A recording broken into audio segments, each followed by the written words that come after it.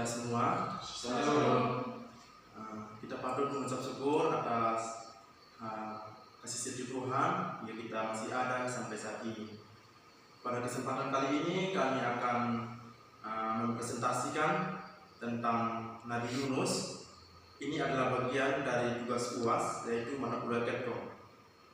Pertama-tama kami akan memperkenalkan diri, dimulai dari saya Melvin Segalimu, dan selaku moderator dan teman saya Ardia Tilani, saya Justus Muredo, saya Emilia Geodeki, saya Natalia Mendarame, saya Setia Bilang Jawa.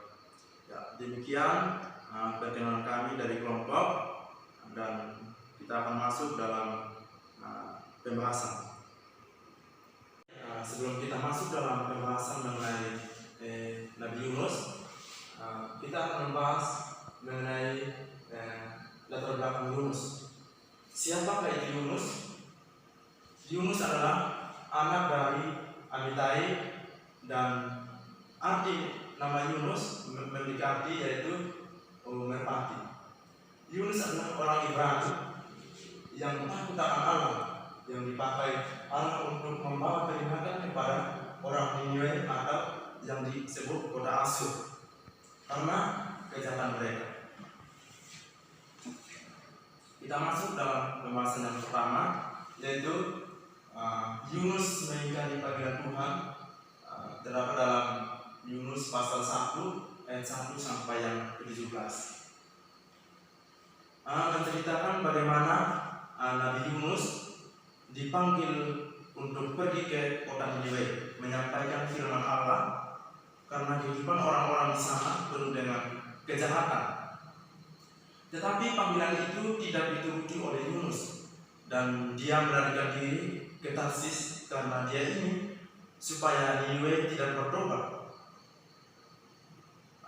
dan orang-orang Niniwe akan menerima hukuman.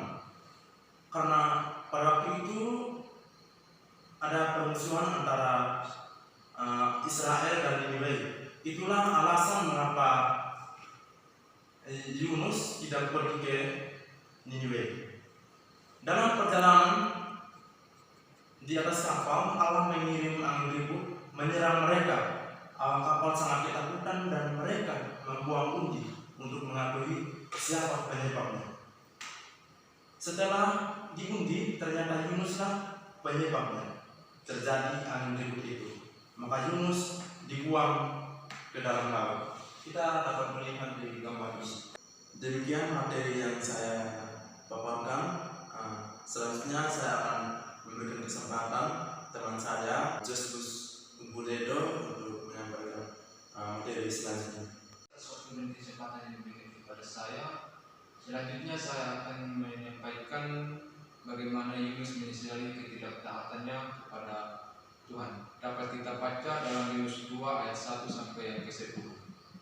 Setelah Nabi Yunus dibuang ke laut, Tuhan menolong dia dengan menyuruh ikan besar menelannya. Di dalam perut ikan besar itu selama 3 hari 3 malam, Yunus berdoa.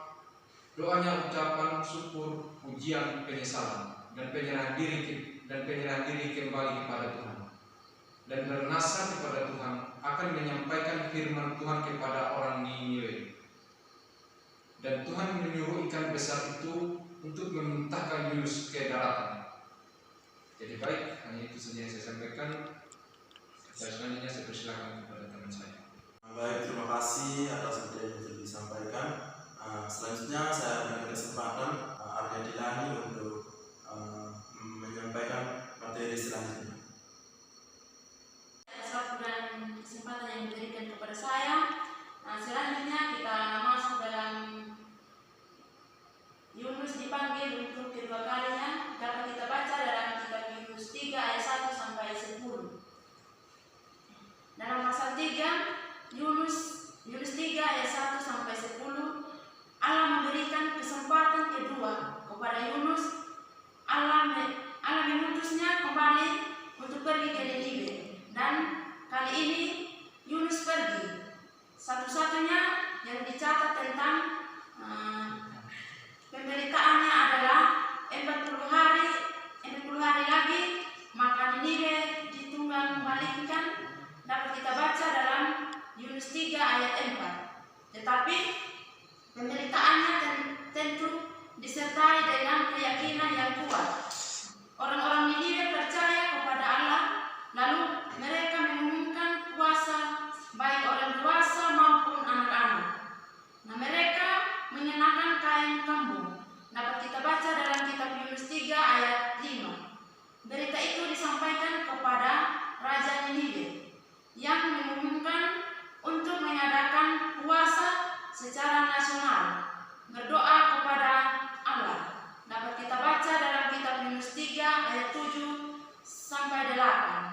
Allah melihat bagaimana orang Niniwe itu berbalik dari tingkah laku yang jahat. Dapat kita baca dalam kitab Yunus 3 ayat 10. Dan ia menyesal atas rencananya terhadap kota itu. Nah, Allah membatalkan hukuman atas Niniwe. Sekian dari saya kembalikan kepada moderator. Seperti yang disampaikan. Selanjutnya saya berikan kesempatan Emilia Keudeki untuk menyampaikan materi selanjutnya. Terima kasih atas waktu dan kesempatan yang diberikan kepada saya. Di sini saya akan menceritakan tentang respon orang Niniwe terhadap pemberitaan Yunus. Bisa kita lihat dalam Yunus 3 ayat 5 sampai 9. Di sini menceritakan bahwa Niniwe menanggapi seruan Yunus untuk bertobat. Raja Angku dan Alim itu turun dari singgasananya menanggalkan rubahnya, lalu mengenakan kain perkampungan serta duduk di atas abu dan memerintahkan semua orang dan ternak melakukan seperti yang dilakukannya.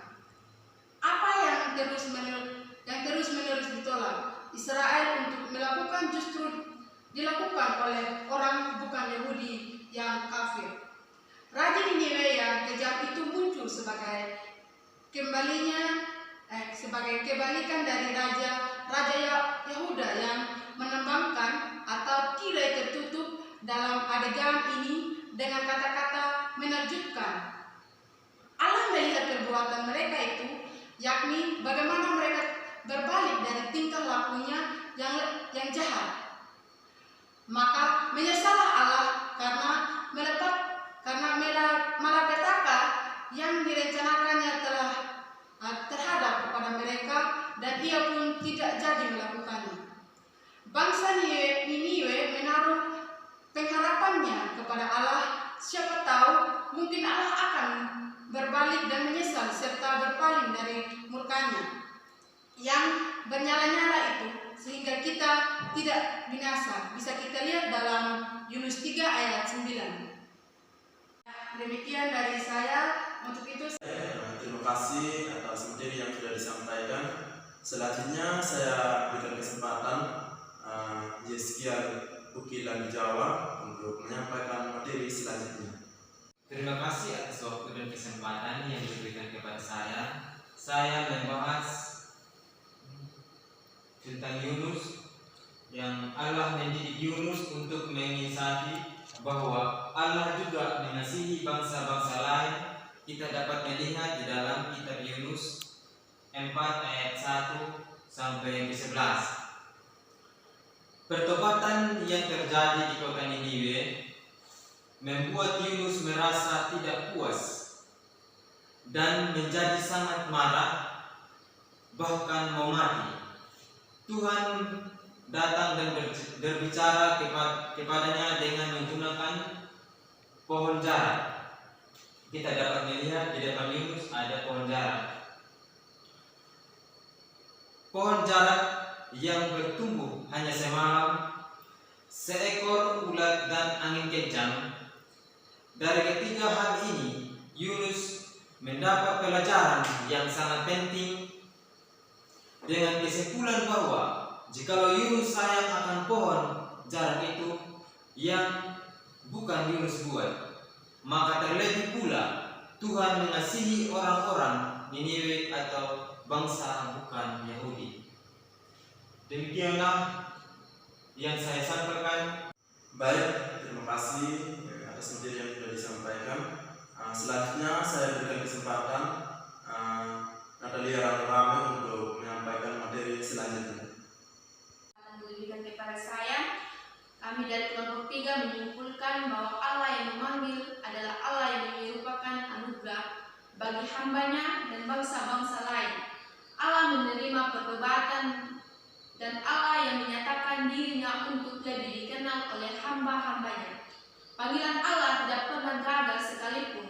Yang diutusnya dengan sengaja lari dari panggilan. Ia adalah Allah yang konsisten terhadap firman yang telah dinyatakannya, dan ia adalah Allah yang konsisten terhadap sifat-sifatnya sebagai Allah yang penyayang dan pengasih serta panjang sabar dan berlimpah kasih setia. Kita dapat melihat dari kitab Yunus 4 ayat 2, Dia juga adalah Allah yang mengasihi dan panjang sabar dalam meneguhkan panggilannya kepada seseorang untuk menyatakan kemuliaannya.